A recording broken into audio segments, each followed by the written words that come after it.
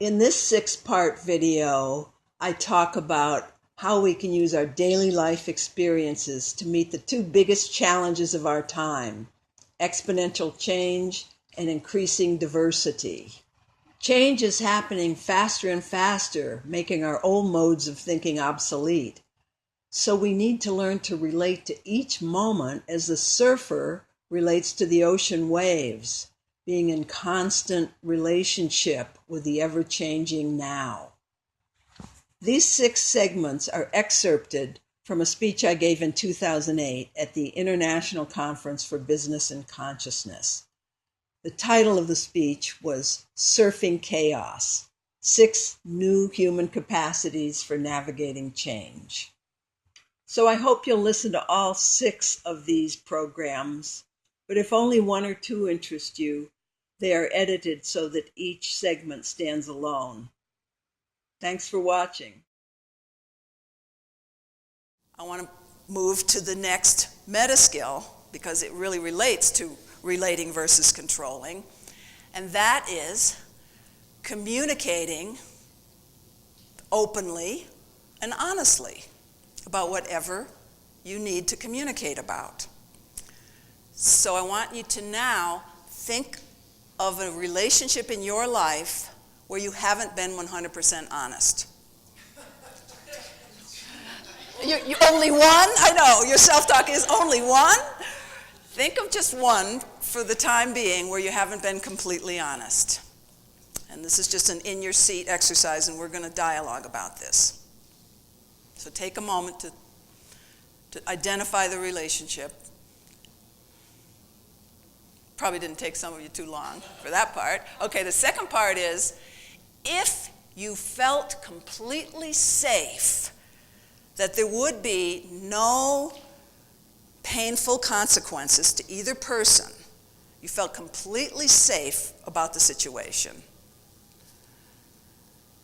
Or if there were painful consequences, there'd be something that you could handle. But you felt like confident that the outcome would not be disastrous for the relationship. Okay, if you felt completely safe, what would you say to this person? And I want you to either think that, or if you can write it down, that'd be great. Write it down. Because I'm going to work with you on some of these. Do you need to clear up What would you say? Yeah, what would you say to the person that you have been withholding? When I say haven't been completely honest, I'm assuming there's something to be expressed. So I didn't say that as clearly as I could have. There's something that you have to express. Maybe you've partly expressed it, maybe you've hinted around, but you haven't been completely straight out with it. So what would that be? How would that sound?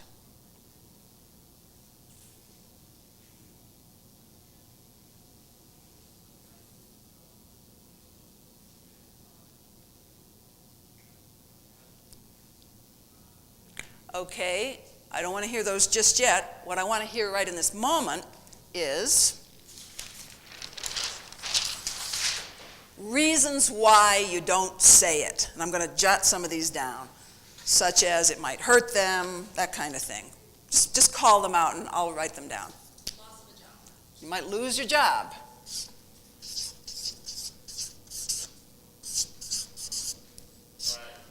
Pride.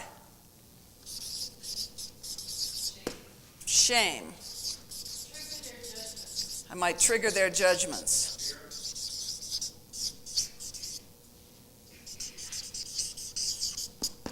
Fear of what? These are actually all fears. What? Fear of offending the person. Lack of trust. Looking bad. Lack of trust, looking bad. Person might get angry.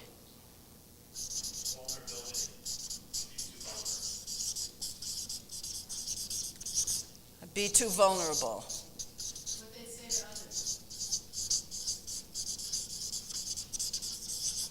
What they'd say to others. Okay, let's stop there. Okay.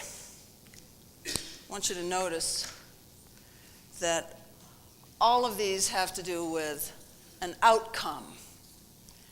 And that is why we withhold information, isn't it? There's an outcome that we don't think we're prepared to handle. That's why we control instead of relate. And so what we're doing here is when we are controlling, when we are not going up to the person at the cocktail party and saying, you know, I would like to continue that conversation. Would you like to sometime?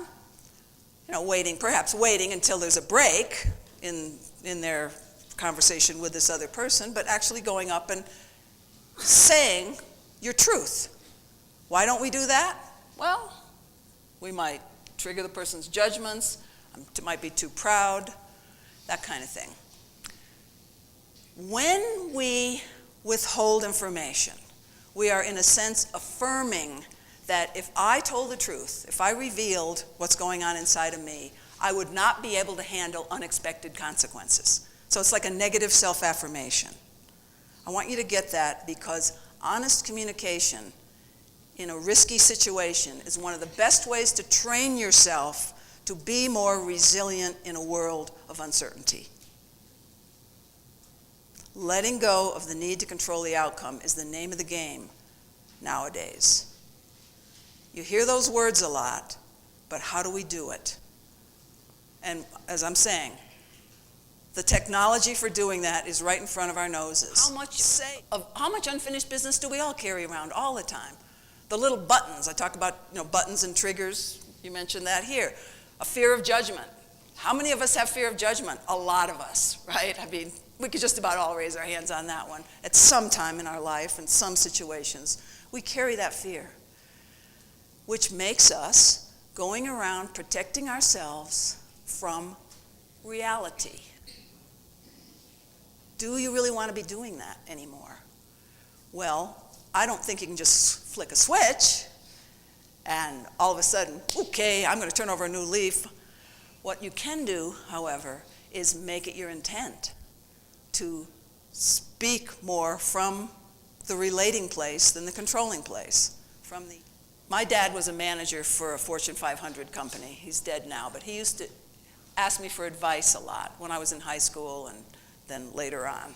So I became a management consultant at an early age. And I was appalled at his management style.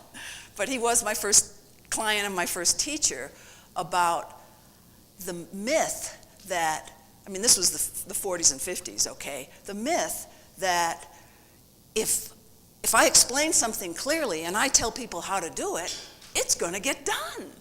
Well, we all know a lot better than that now, but still, there's so much of our faith is on the external appearances of things, like I did the proper thing, instead of the fact that whatever you do, if you're not speaking the truth about the situation, you're not surfing your life.